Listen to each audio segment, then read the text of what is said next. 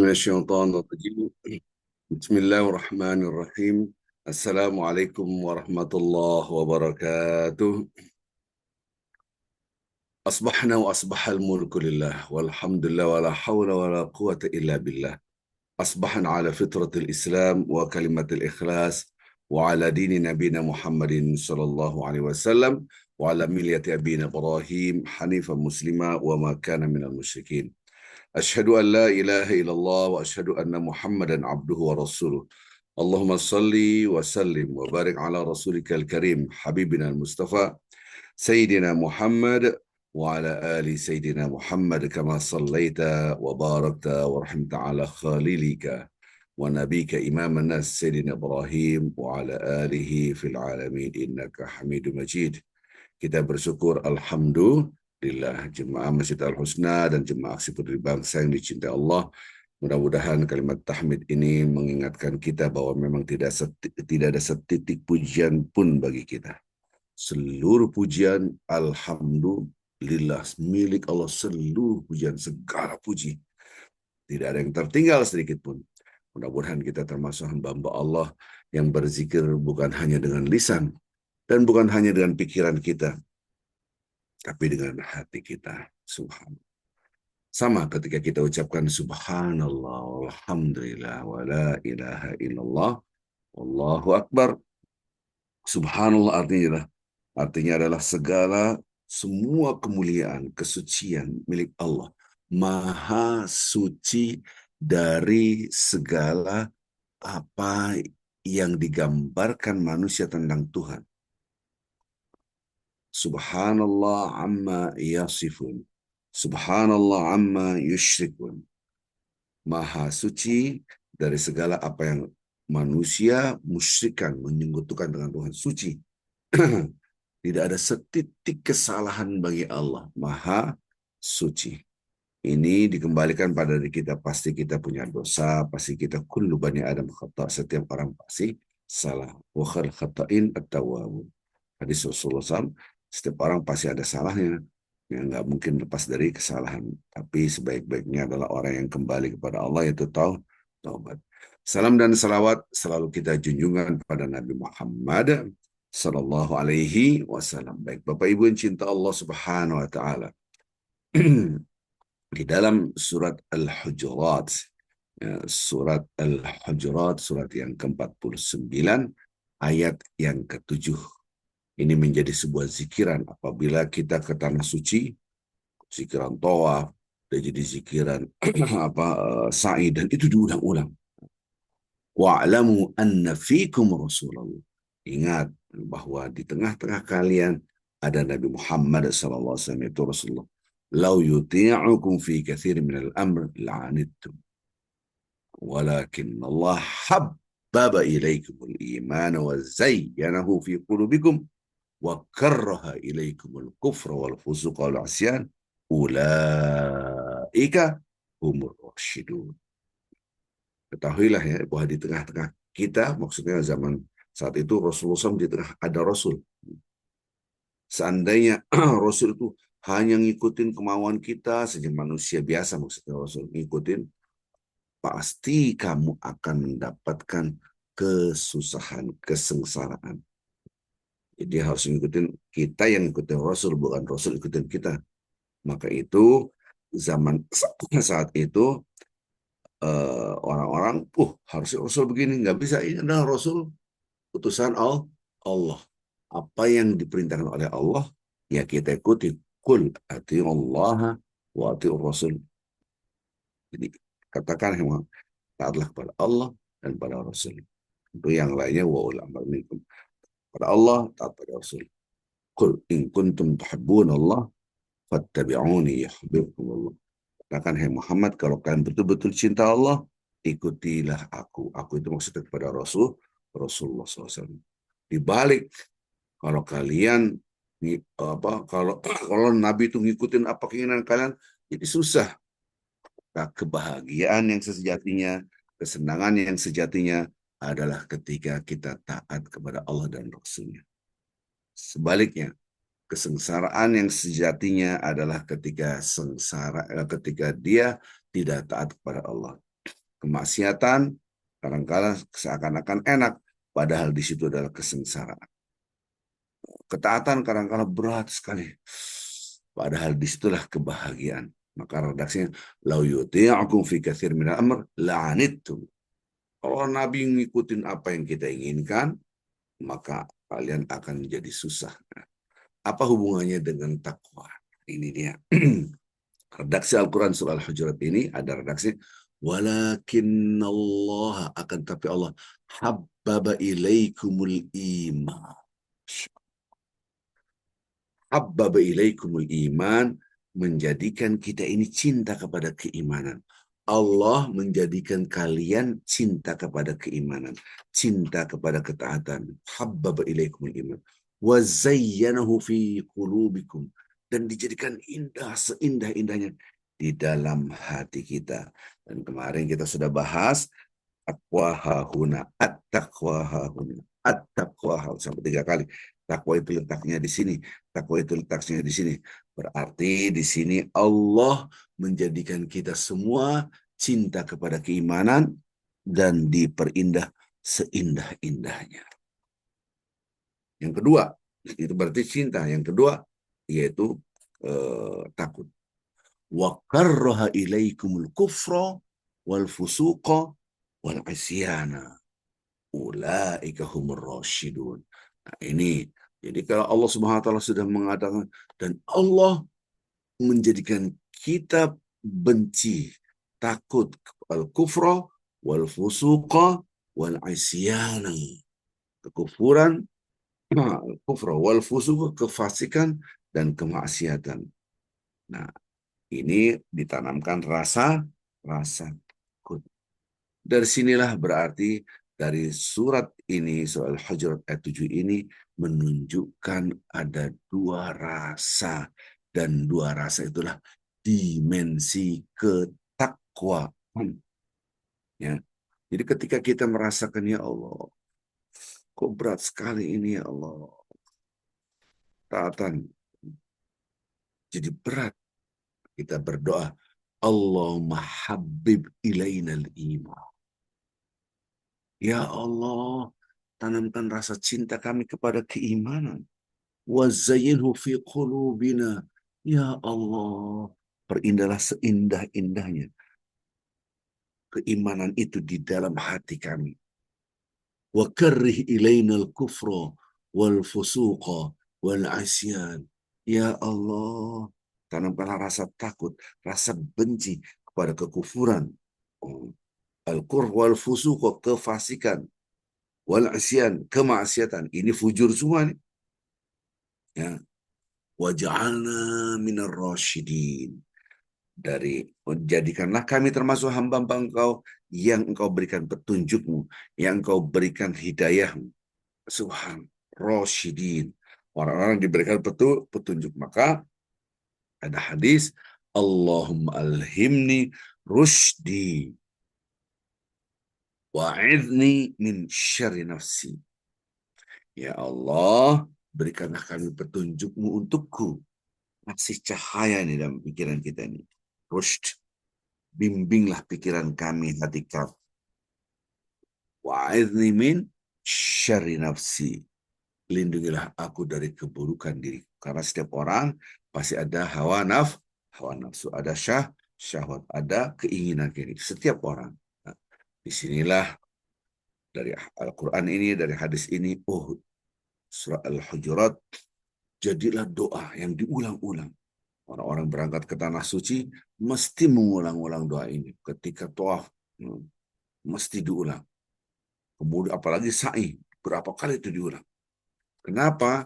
Karena harapannya dari doa ini orang-orang yang ke tanah suci kembali ke tanah air sudah tambah kekuatan keimanan, ketakwaan. Nah, kita tahu kemarin kita bahas bagaimana Allah Subhanahu wa taala dalam hadis-hadis mengajarkan kita semua supaya kita ada rasa cinta.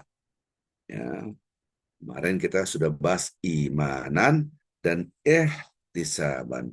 Man shoma Ramadhana imanan wahtisaban. Barang siapa yang berpuasa pada bulan Ramadan imanan, penuh dengan keimanan, wahtisaban, dan penuh perhitungan, ghufira lahu ma taqaddama min dzambi, maka dihapuskan seluruh dosa-dosa yang sebelumnya semua. Man qama, barang siapa yang salat malam Allah pada malam Lailatul Qadar, apalagi ya, imanan wahtisaban, penuh dengan keimanan dan penuh perhitungan, ihtisaban, ghufira lahu ma taqaddama min dzambi, dihapuskan semua dosa-dosanya. Maka itu Ramadan, belum alif dengan nunnya, panas yang luar biasa. Ramadan, panas yang dahsyat, dahsyat, dahsyat, sehingga membakar. Apa yang dibakar? Yang dibakar adalah dosa-dosa kita, habis semuanya. Nah, mudah-mudahan kita termasuk yang itu. Nah, sekarang bagaimana kita memahami imanan? Imanan ada dua pilar. Tentu yang tadi sudah kita bahas, dua dimensi. Dimensi itu unsur. Unsur cinta dan unsur takut.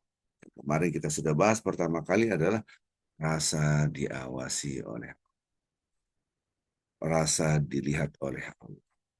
Bukan hanya diawasi begitu doang, akan tetapi dinilai, dicatat. Dan inilah yang akan menjadi pertanggungjawaban kita di akhirat. Semua akan merekam. Yang kedua, pilar kedua setelah Allah adalah akhirat. Karena orang tak bertakwa, takwa adalah menjaga dan memelihara. Tindakan preventif seluruhnya fokus on the future. Berfokus pada hari akhir. Maka orang takwa pasti cerdas karena memikirkan akibat. Maka dua poin besar digabung. Allah dan hari akhirat menjadi pilar utama ketakwaan. Kita praktek. Allahu Akbar, salat. Satu, salat harus merasakan bersama Allah, merasakan kita menghadap Allah, merasakan kita ini di Sidratul Muntaha. As-salat mi'rajul mu'min. Salat itu adalah mi'rajnya, naik ke atas orang beriman. Yang kedua, ketika salat ingat mati, ingat kematian. Jadi dua pilar. Setiap pilar ada dua unsur, cinta dan takut. Saya cinta Allah, yaitu ridha Allah. Saya takut Allah, takut murka Allah. Sakhatun. Bicara akhirat, ada dua, cinta dan takut. Cinta kepada surga, takut kepada akhirat, yaitu neraka. Subhan. Bapak Ibu yang cinta Allah Subhanahu wa taala, berarti di dalam diri kita ada rasa cinta, ada rasa takut. Baru kita mengerti ada hadis yang unik. Mungkin di antara kita banyak yang belum tahu hadis ini. Ya. Al-jannah fi ahadikum. Setiap di antara kalian surga itu aqrabu ilaihi min syirkan na'alih. Wa nadhum bitalik. Hadis Bukhari. Surga itu buat kita semua nih, buat kalian semua gitu. Surga itu lebih dekat dari sendal yang sedang kita pakai. Begitu juga api neraka. Astagfirullah. Itu hadis sahih, hadis Bukhari. Bagaimana surga lebih dekat dari sendal syarok. Syarok itu ketika kita pakai. Jadi bukan sekedar sendal ya. Kalau sendal, surga lebih dekat dari sendal kalian. Kalau sendalnya di sono, kitanya di sini. Kalau kita masuk masjid, kita tinggalin sendal di luar. Kitanya di sini. Enggak. Min syirok na'alih. Ada redaksi na'alaih, ada na'alaih. Jadi beda-beda redaksi, tapi sama saja lah. Kedua sendalnya atau sendal. Gitu. Artinya ketika kita pakai sendal, kita lihat tafsir hadisnya. Oh, jadi sendal yang kita pakai itu sudah nempel, mengikat, kita menjepit, dan kita dijepit oleh sendal. Gini kan, sendal kita pegang. Kalau gini kan, kalau sendal jepit pasti ada digigit-gigit. Atau selop, gini kan. Kata Nabi, itu surga lebih dekat dari ini. Begitu juga api neraka. Hadisnya seperti itu. Di sini kita harus hati-hati. Ini maksudnya gimana? Karena di dalam diri kita fa'alhamaha fujuraha wa taqwaha. Dalam diri kita ada unsur fujur yang ngajak maksiat, siapapun dia. Gitu kan. Maka jangan merasa suci. Karena kecenderungan ke berbuat maksiat itu ada. Tapi di dalam diri kita juga ada unsur takwa, ketaatan. Jadi ada dua unsur. Taat pada Allah atau maksiat pada Allah. Hawa nafsu kita, syahwat kita menyebabkan kita api neraka. Ketaatan kita menyebabkan surga. Disitulah maksudnya jiwa. Maka di dalam diri kita ada unsur cinta, ada unsur cinta pada surga, ada di dalam diri kita, berarti lebih dekat karena di dalam diri kita. Hati ini takut pada api neraka. Subhan. Disinilah baru kita ngerti kalau doa itu khaufan wa tama'an. Redaksi Al-Quran. Kalau meminta, berdoa, beribadah, ada rasa takut ya Allah dan rasa tamak yang baik. Allah harapannya ada harapan ya Allah, kabulkan doaku ya Allah. Mudah-mudahan aku mengharapkan surga. Ada harapan. Nah, jadi maksud daripada ini kembali lagi dari hadis Bukhari tadi berarti menafsirkan surat Al-Hujurat yang tadi menjadi doa habbaba ilaikumul iman zayyanu fi qulubikum. Jadilah doa Allah menjadikan kita semua cinta kepada keimanan, jadi tidak beban. Orang taat itu awalnya beban karena ada hawa nafsu dan diperindah seindah-indahnya di dalam hati kita. Ya, tadi jadilah doa Allah mahabbib ilainal iman wa zainhu fi qulubina. Tanamkan rasa cinta dalam hati kami kepada keimanan dan perindah seindah-indahnya. Ini namanya unsur surga yang ada di dalam diri kita, unsur cinta. Wa karri ilainal kufra wal fusuq wal isyan. Ya Allah, tanamkan rasa takut, rasa benci kepada kekufuran, kefasikan, dan kemaksiatan. Wa ja'alna minar rasyidin. Jadikan kami semua hamba-hamba Engkau yang mendapatkan petunjukmu, bimbingan Engkau. Di sini berarti ada unsur nerakanya, takut. Maka kemarin kita ajarkan, Allahumma inna nas'aluka ridhaka wal jannah. Ini unsur cintanya. Aku minta ridho Engkau dan surgamu. Wa na'udzubika min sakhatika wan nar. Lindungilah aku dari murkamu dan api neraka. Berarti ada unsur cinta, itu surga, ada unsur takut, yaitu neraka. Imanan berarti ada dua. Pertama, rasa bersama Allah, itulah takwa. Yang kedua, kita mempunyai obsesi. Hopes and dreams kita adalah surga, akhirat. Bukan dunia. Dunia cuma sekejap. Ada bayi meninggal dunia, ada anak SD meninggal dunia, ada anak SMP meninggal dunia, ada baru mau kuliah meninggal dunia, baru mau wisuda meninggal dunia, baru mau menikah meninggal dunia, baru nikah akad nikah meninggal dunia. Itulah masa depan yang sesungguhnya, itu akhirat, bukan di dunia ini. Oh, cita-cita saya begini, masa depan saya begini, masa depan saya begini. Bukan, masa depan Anda cuma satu, akhirat. Disinilah orang yang bertakwa pasti pintar. Start from the end, mulai dari akhir. Dia fokus pada akibat perbuatan. Allah. Baru kita paham kenapa surga lebih dekat kepada kita daripada sendal yang kita pakai. Begitu juga api neraka. Barulah di sini unsur takwa, imanan. Ihtisabannya di mana? Sudah merasa kita bersama Allah.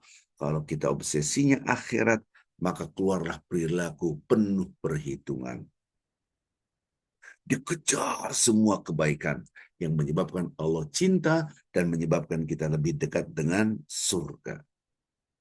Dijauhi semua perbuatan yang menyebabkan Allah murka, yang menyebabkan kita lebih dekat dengan api neraka.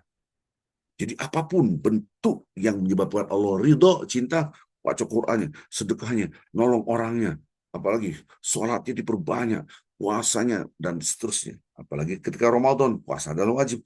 Pak Ustadz, saya sudah sepuh, tidak mungkin saya puasa, umur saya sudah 80 lebih. Ya Allah, bayar fidyah. Tapi ingat, unsur takwa harus kita hidupkan. Ujar terus baca Qur'annya, berzikir, sedekah, bantu orang. Begitu juga rasa takut kita kepada Allah. Kebanyakan orang nggak takut akhirat. Tenang aja lah. Diam-diam maksiat. Diam-diam maksiat. Ini berbahaya. Nah, inilah yang menyebabkan kita harus tumbuhkan ada neraka nih, ngeri nih, ada neraka nih, akhir-akhir gitu.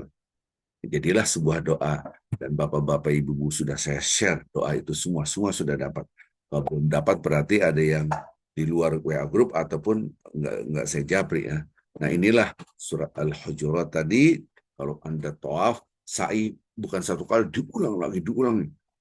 Putaran ketiga, putaran kelima, putaran ketujuh, mesti baca doa itu.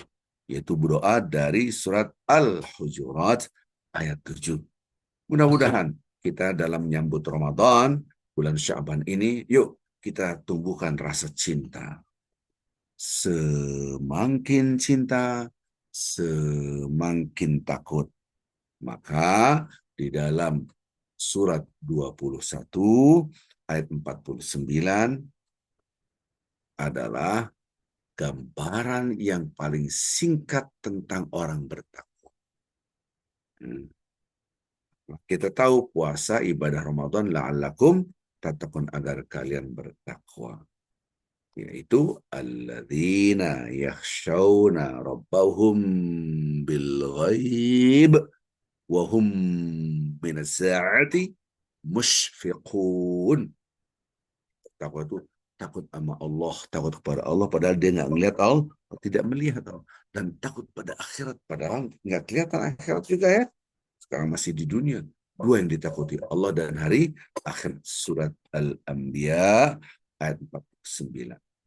Mudah-mudahan kita ada dua dimensi rasa cinta dan takut. Cinta yang dahsyat keluarlah rasa takut. Maka surat Al-Anbiya yaitu surat 21 ayat 49 ini digambarkan takutnya. Padahal di dalam rasa takut itu adalah cinta.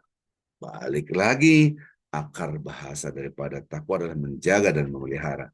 Dan menjaga dan memelihara yang nampak adalah cinta. Cinta inilah yang menumbuhkan rasa takut sehingga kita mempunyai tindakan preventif.